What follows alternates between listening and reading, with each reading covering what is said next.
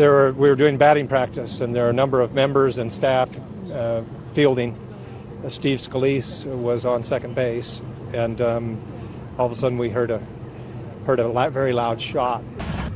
Do we know where he's at? Do we know where he's at? He's behind home plate. You call 911? I assume people have been calling 911 already. People didn't drop down with the first shot. People thought, well, they weren't sure what it was, but it did sound like a gunshot, and it was pretty loud and pretty close. But then after that, we heard a succession of shots, 5, 10, 15 shots in a row. And I heard a bunch of what appeared to be shots.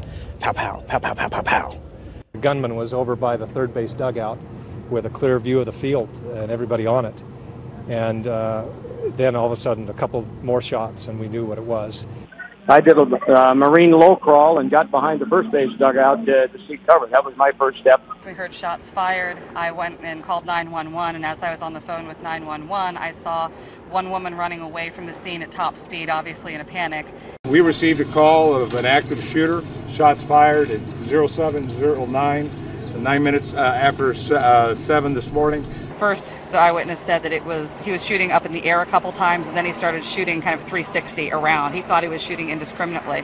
2 of our officers engaged in gunfire, return fire. Seemed to be like return fire. Pop, pop, pop, pop, pop, pop, pop. I bet you there were 30 to 50 shots that I heard. At that point, we decided to make a run for it, and he was hitting the dirt around us out in right field, so it was a risk to stay and a risk to go, but we chose to go ahead and make a run for it. We had to climb a couple more fences at that point to get out. It was at least 10 minutes because we were applying pressure to one of the staffers was shot in the leg. We could see Steve Scalise out into the field. He dragged himself after he was shot from near second base about 10 or 15 yards into the field. The guy been shot, is he okay? Is anybody talking to him?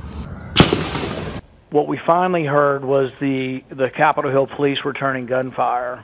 And these guys were real heroes, and without them, I think everybody would have been killed. I did see him being subdued by officers, face down on the pavement, handcuffs, knee in the back. So finally, when we heard that the shooter was down, I just ran low out to Steve and started putting pressure on the wound.